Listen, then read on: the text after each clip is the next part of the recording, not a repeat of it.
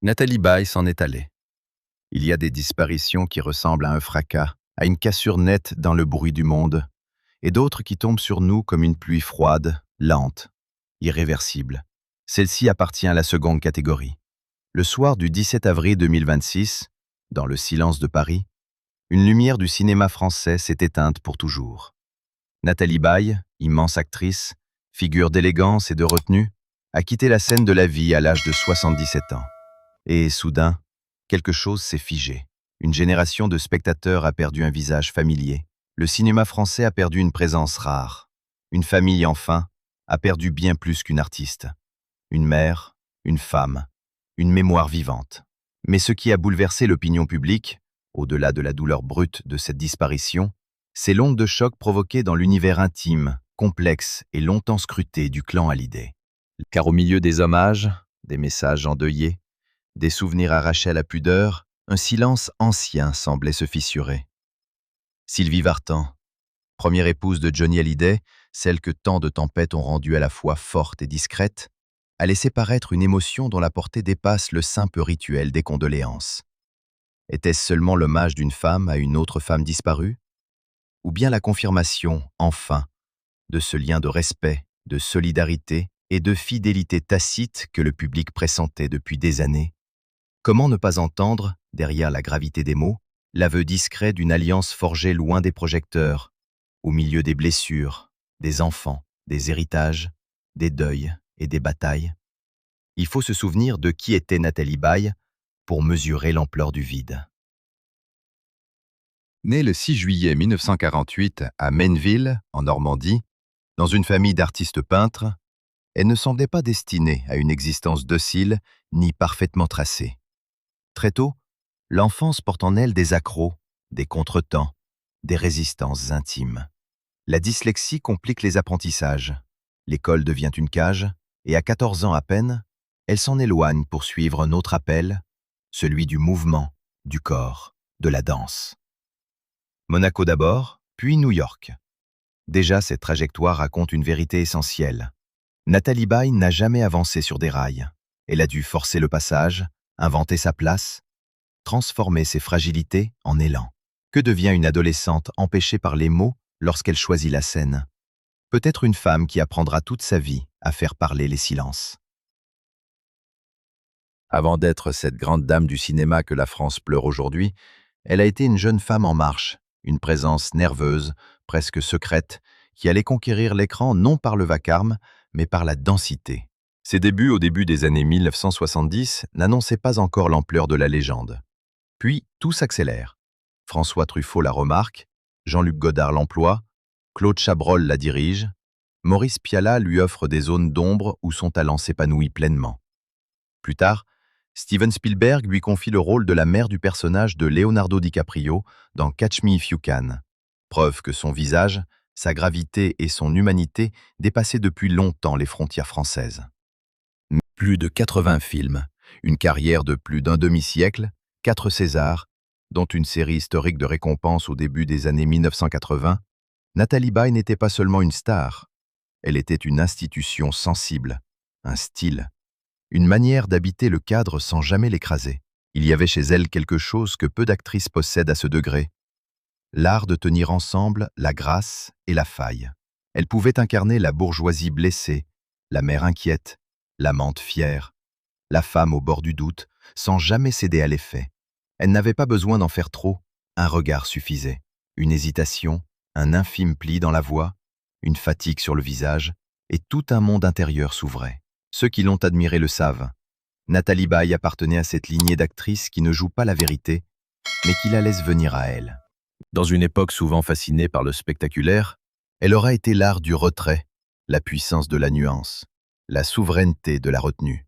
Et pourtant, derrière l'image de l'actrice célébrée, il y avait une vie privée marquée par les secousses. Avant Johnny Hallyday, il y eut un autre grand amour, aussi intense que douloureux. Philippe Léotard. Nous sommes en 1972. Nathalie Baye a 24 ans, elle débute au cinéma et rencontre celui qui deviendra son premier grand vertige sentimental. L'histoire a laissé des traces dans les mémoires. Léotard quitte femme et enfant pour elle, leur relation se déploie pendant une décennie, passionnée, exigeante, orageuse, avant de s'achever en 1982. C'est aussi par l'entremise de Jean-Marie Chevrier, ami de Léotard, que Nathalie découvre la Creuse, Vallière, ce refuge où elle aimera revenir pour reprendre son souffle, loin de la machine parisienne, loin du regard des autres, loin de tout ce qui blesse en silence. N'est-ce pas toujours révélateur, chez les grandes actrices, ce besoin d'un village, d'une maison, d'un lieu où l'on n'est plus image mais simplement être humain? Puis vint Johnny Hallyday. Deux mythologies françaises qui se croisent, s'aimantent, se heurtent peut-être, mais dont la rencontre a durablement marqué l'imaginaire collectif. Leur histoire n'a pas duré une vie, mais elle a enfanté l'essentiel, l'orasmète. Et parfois, dans certaines existences, un amour finit tandis qu'un lien plus profond commence à travers l'enfant. La séparation n'a pas effacé la trace, elle l'a transformée. Nathalie Baye n'était pas seulement l'ancienne compagne de Johnny, elle était la mère de sa fille, et cela suffit à créer une géographie affective que le temps n'efface pas. Plus encore, selon des récits familiaux rapportés ces dernières années, même après leur rupture, un fil de proximité subsistait entre eux. C'est dire à quel point la disparition de Nathalie Baye ne touche pas seulement le monde du cinéma, mais aussi une famille éclatée, recomposée, parfois opposée, toujours reliée par des douleurs communes. C'est dans ce paysage-là que l'émotion de Sylvie Vartan prend un relief particulier. La France la connaît comme la première épouse de Johnny, la mère de David Hallyday, l'icône yéyé devenue figure de dignité. Mais depuis des années, derrière les apparences de la distance, beaucoup soupçonnaient une réalité plus subtile entre elle et Nathalie Baye. Non pas une amitié de façade, encore moins une rivalité de roman, mais une reconnaissance mutuelle née de l'expérience commune. Toutes deux avaient aimé le même homme. Toutes deux avaient eu un enfant avec lui. Toutes deux avaient vu ce que représente, dans l'ombre de la célébrité, la tâche de protéger un fils, une fille, une part de vérité familiale. Toutes deux savaient qu'au-delà des légendes publiques, il y a la matière vive des blessures, des fidélités, des injustices, des solidarités féminines que l'histoire officielle raconte mal. Lorsque la succession de Johnny Hallyday a jeté la famille dans une bataille judiciaire très médiatisée, l'opinion s'est surtout concentrée sur les aspects financiers, les testaments, les procédures, les déclarations d'avocats. Mais sous cette surface spectaculaire, une autre histoire se jouait. David Hallyday et leur Asmet, les deux aînés, se retrouvaient au centre d'un combat pour la reconnaissance de leurs droits.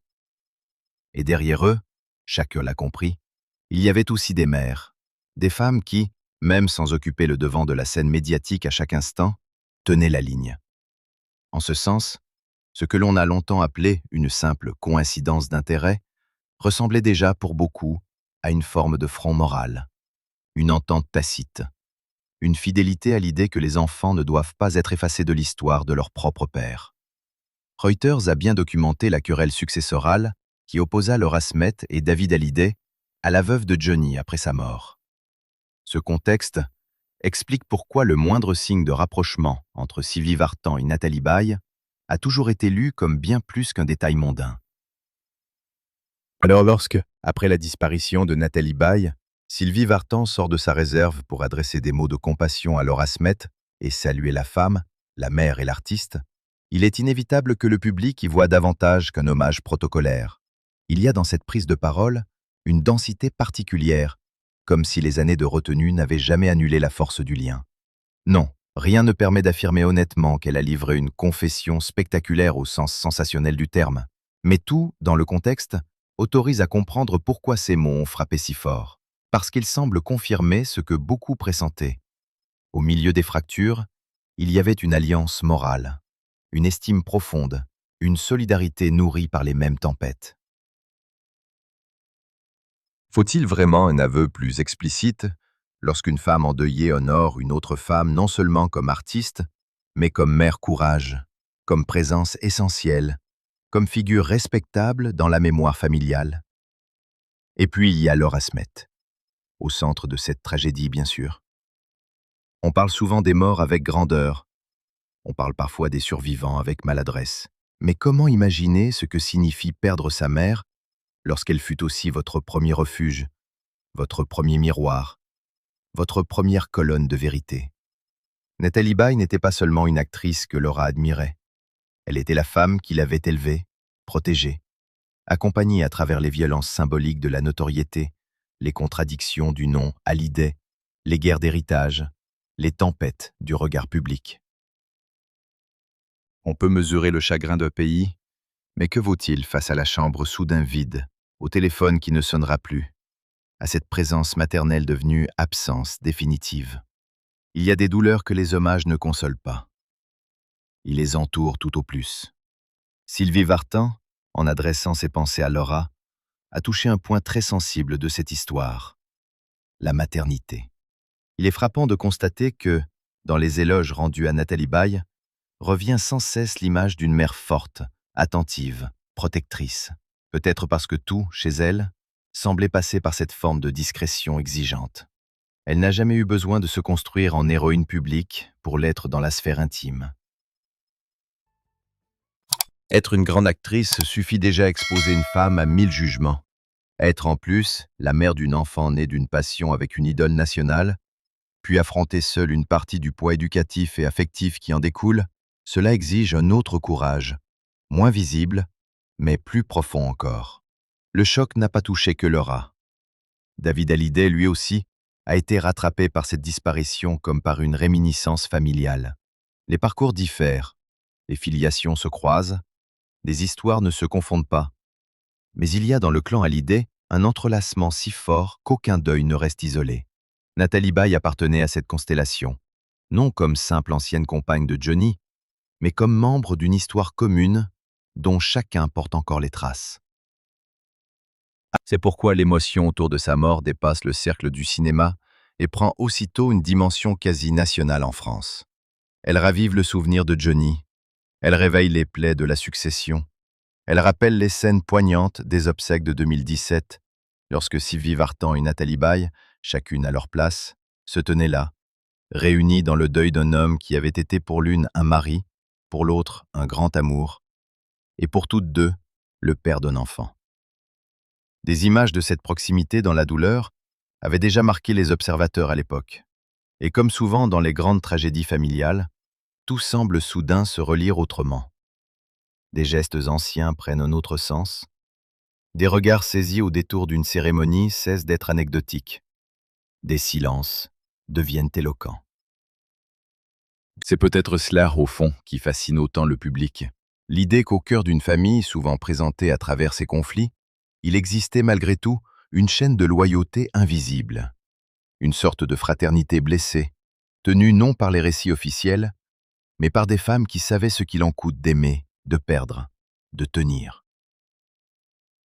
La fin de vie de Nathalie Baye ajoute à ce récit une dimension bouleversante. Selon les informations rapportées par sa famille, l'actrice est morte à son domicile parisien après avoir lutté contre une démence à Cordes-le-Ouï. Derrière ce nom clinique se cache une épreuve terrible. Troubles cognitifs, hallucinations, perturbations du mouvement, altération de la personnalité, éloignement progressif de soi-même. Pour une comédienne qui avait bâti sa vie sur la précision du geste, la maîtrise du visage, la présence à soi et aux autres, cette maladie avait quelque chose de presque cruel dans son symbolisme. Qu'y a-t-il de plus tragique qu'un esprit qui glisse, qu'une mémoire qui se retire, qu'un corps qui n'obéit plus à celle qu'il a si longtemps habité comme un instrument d'art? On imagine volontiers la solitude des derniers temps, non pas nécessairement une solitude sans amour, mais cette solitude bien particulière des maladies neurodégénératives, où le monde extérieur devient flou, fragmenté, comme séparé par une vitre. L'actrice qui avait tant donné au regard des autres se voyait peu à peu privée de l'échange le plus élémentaire. Celle qui exprimait tant par le silence était désormais menacée par un silence plus terrible, celui de l'effacement. Et pourtant, c'est là que son image s'agrandit encore. Parce que ceux qui l'ont entourée disent en creux la même chose. Nathalie Baye a traversé cette épreuve avec une forme de dignité intacte, comme si, jusqu'au bout, elle était restée fidèle à cette élégance intérieure qui l'avait rendue si différente. Le mot « dignité » est souvent galvaudé dans les hommages. Ici, il prend un sens concret. Il ne s'agit pas seulement de mourir sans scandale, mais de supporter la lente dépossession de soi sans renoncer entièrement à sa tendresse, à sa délicatesse, à ce noyau d'humanité qui fait encore reconnaître une personne lorsqu'elle vacille.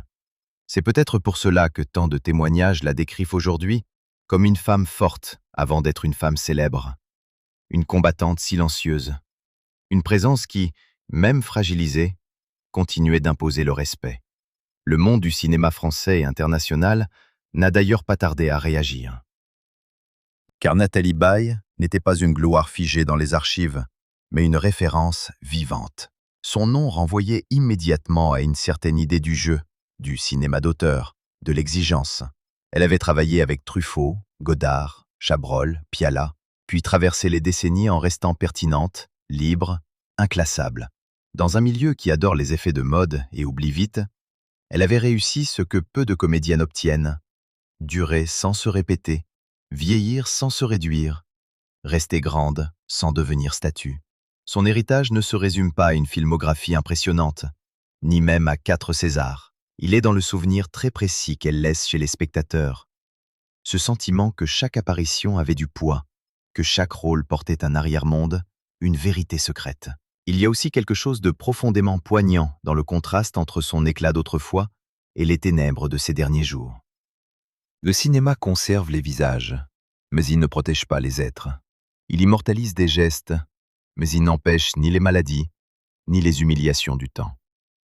Alors, en apprenant sa disparition, beaucoup n'ont pas seulement revu la mère de Catch Me If You Can, ou la révélation de La Nuit américaine, ou la récompensée des Césars. Ils ont revu une époque entière de cinéma, de télévision, de soirées françaises, de culture partagée. Ils ont revu leurs propres années. Car certaines actrices accompagnent notre vie à tel point que leur mort nous rappelle brutalement notre propre passage. Et c'est là que cette histoire prend une coloration presque crépusculaire. Nathalie Baye meurt. Sylvie Vartan s'incline et semble, par son émotion, valider un lien ancien que les observateurs avaient deviné. Laura Smet se retrouve orpheline de cette figure centrale. David Hallyday, lui aussi, se tient au bord de cette douleur familiale qui déborde les catégories habituelles. Et Johnny, absent depuis 2017, revient malgré lui dans chaque phrase, dans chaque lecture du passé, dans chaque écho du clan. Comme si le deuil de Nathalie Baye ravivait tous les autres, comme si cette mort refermait une page, non seulement de cinéma, mais d'histoire sentimentale française. Peut-on vraiment comprendre la France des 50 dernières années sans ces visages-là, sans leurs amours célèbres, sans leurs blessures exposées, sans ces femmes qui ont porté l'intime sous le poids de la célébrité? Le plus troublant peut-être réside dans ce que cette disparition révèle du regard du public. Pendant longtemps, beaucoup ont cherché à opposer les femmes de la vie de Johnny, à les enfermer dans des rôles simplistes: l'ex, la rivale, la mère, la survivante, la discrète, l'oubliée. Or, ce que la mort de Nathalie Baye met au jour, c'est exactement l'inverse. Les vraies histoires humaines ne se laissent pas réduire à des cases. Elles fabriquent des liens inattendus, des respects mutuels nés des épreuves, des convergences que les chroniques mondaines comprennent mal. Sylvie Vartan et Nathalie Baye n'avaient peut-être pas besoin d'étaler publiquement leurs affinités pour qu'elles existent. Il suffit parfois d'un deuil pour rendre visible ce que la vie avait gardé derrière le rideau. Et si c'était cela finalement, la part la plus bouleversante de cette affaire? Non pas le frisson d'une révélation spectaculaire, mais l'apparition tardive d'une vérité simple. Dans les familles traversées par les drames, les ruptures et les héritages, les liens les plus profonds ne sont pas toujours les plus bruyants. Ils survivent dans les gestes de soutien, dans la manière de nommer l'autre avec respect, dans le souci des enfants, dans la fidélité aux absents. Cette vérité-là, Nathalie Baye l'emporte peut-être avec elle, mais elle la laisse aussi derrière elle, dans la façon dont ceux qui restent parlent d'elle. Elle laisse une fille, une œuvre, un style, une mémoire. Elle laisse aussi l'image d'une femme qui a connu la gloire sans jamais sembler s'y abandonner totalement. Une femme traversée par la passion, par la lutte, par la douleur, mais qui n'a jamais renoncé à une certaine tenue. Une femme qui, même lorsqu'elle s'effaçait, imposait encore le respect. On peut célébrer les récompenses, les films, les grands noms croisés au générique. Tout cela compte, mais ce n'est pas ce qui sert le plus le cœur aujourd'hui. Ce qui sert le cœur, c'est d'imaginer cet artiste immense finissant loin du tumulte, dans une bataille intérieure contre la maladie, puis quittant ce monde dans le calme terrible d'un soir d'avril, pendant que Paris continuait sans savoir qu'une de ces grandes dames s'éteignait. Alors oui, au milieu de l'émotion, les mots de Sylvie Vartan résonnent avec une force particulière, non parce qu'ils viendraient nourrir quelque sensationnalisme facile, mais parce qu'ils semblent rappeler ce que l'on oublie trop souvent. Derrière les légendes, il y a des femmes. Derrière les icônes, il y a des mères. Derrière les familles célèbres, il y a des fidélités discrètes, des batailles menées pour les enfants, des douleurs que les projecteurs ne savent pas éclairer correctement. Et si le public a l'impression aujourd'hui que quelque chose se confirme, ce n'est peut-être pas un secret mondain. C'est une intuition ancienne, devenue soudain évidente. Nathalie Baye n'était pas seule dans l'estime de ceux qui l'ont vraiment connue. Elle occupait une vraie place. Une place gagnée non par le bruit, mais par la valeur.